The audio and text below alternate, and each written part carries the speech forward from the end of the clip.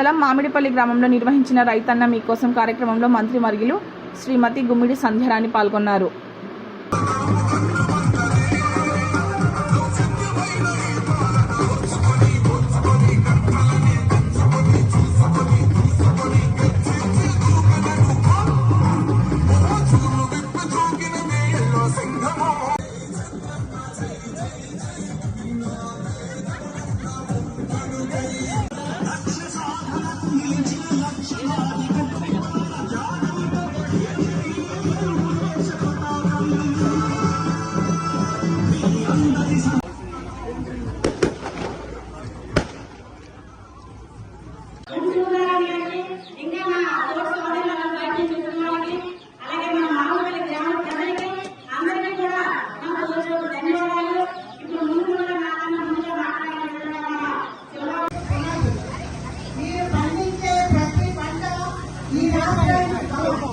అందుకే